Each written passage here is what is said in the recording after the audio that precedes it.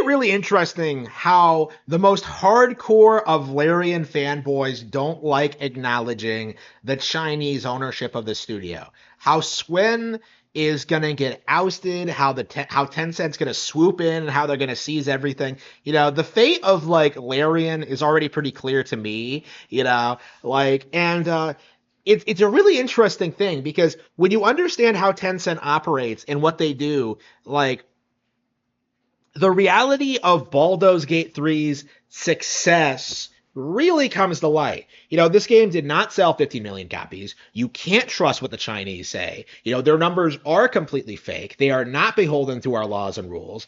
And as a result of that, we can safely denounce Baldur's Gate as just not being all that successful or relevant because this is a game that has not had the same kind of longevity or relevancy as something like The Legend of Zelda Tears of the Kingdom, Fire Emblem Engage, or Super Mario Bros. Wonder, right? There were so many better games in 2023 that it really isn't funny, but Baldur's Gate 3 was the one that was propped up by the media, worshipped, given all these 10 out of 10 awards, and given an illicit Game of the Year award, all to benefit our Chinese overlords, right?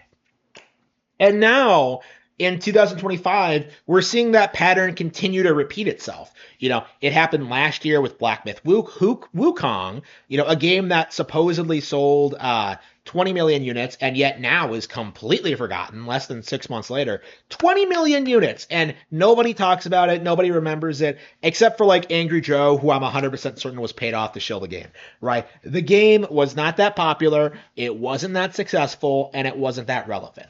All we have is the the word of the Chinese that it totally sold 20 million units, bro.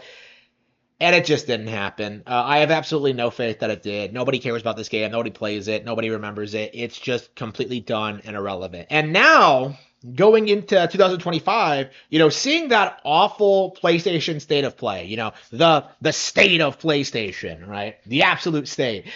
Watching this garbage being thrown on your on your screen over and over and over again. People took notice of one game in particular. Tides of Destiny. It had like sexy chicks in it, and people were just like, "Oh, that's all I need."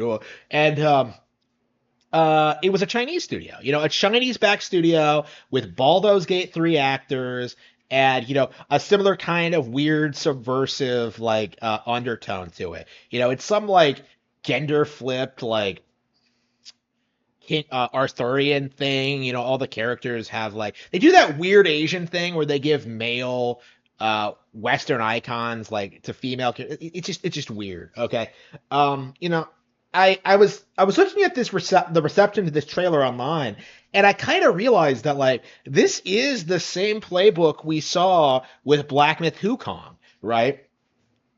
Is that like shove a bunch of like attractive girls on stream, people will goon over it, and then they can use that to gaslight people into thinking that like the Chinese are like some based like absolute unit developers, like we saw this with Genshin Impact, right, where we were told this was a game that was like bigger and better than the Legend of Zelda, something that was like super popular and successful, and yet it doesn't exist. Like you can look at the fan communities, you can see like things online, like all of it's really fake and botted, right? Like there's no real like organic enthusiasm for Genshin Impact at all, right? It is entirely a gigantic shill campaign from the Chinese. And I'm the same could be true. The same could be said for Baldur's Gate 3 and for Black Myth Wukong.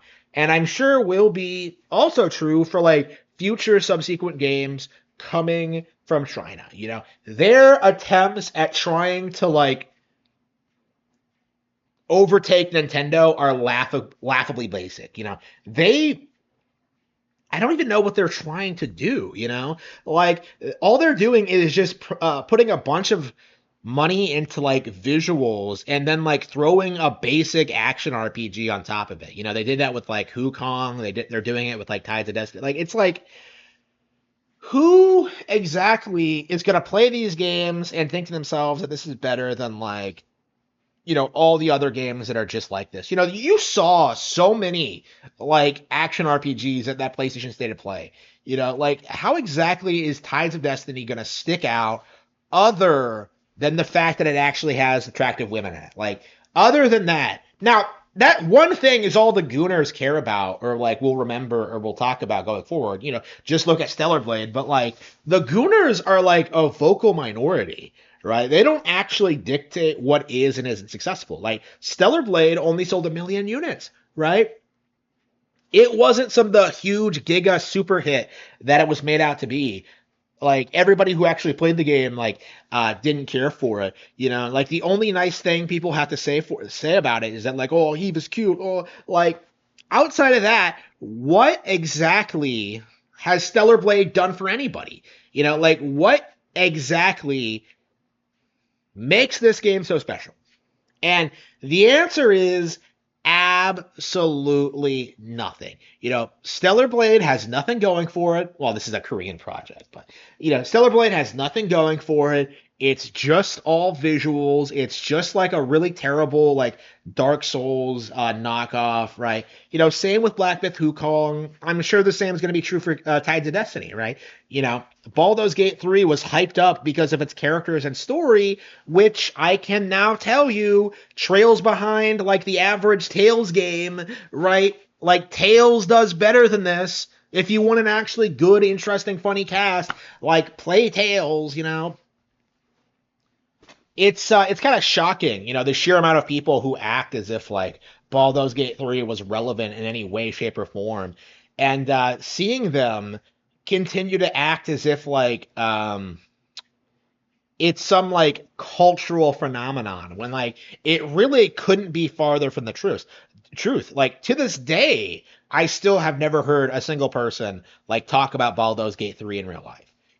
All anybody cares about online is just like my sex scenes and like my party interactivity. Like the game just doesn't really have any real substance to it. It's like the Stardew Valley of D&D knockoffs, right? Where like there are a lot of other like better alternatives, but like nobody actually a specific group kind of person doesn't actually play them because like all they want to do is just like, oh, I'm playing Stardew. Like for me, what I expect to see going forward is that you're gonna see like the corrupt gaming press, who are controlled by the Chinese. You're gonna see them try and push this narrative that like the Chinese are based and they're putting out all these great games and that they're putting out the best games in the industry. Don't fall for it. When they try to make this shift, like this is the same thing they try to do with Poland with CD Projekt Red, and what they try to do with like Stellar Blade with Korea. Like try to prop up anything that's not Japanese because Nintendo's there to try and keep like PlayStation relevant. Like, look at all these other games, guys. Look at like the Prince of Persia that's made by actual Persians. Like nobody cares. Okay. Like until you start putting out actually good games, nobody is going to care about what you say or what you do, right? The Chinese are never, ever going to produce good video games.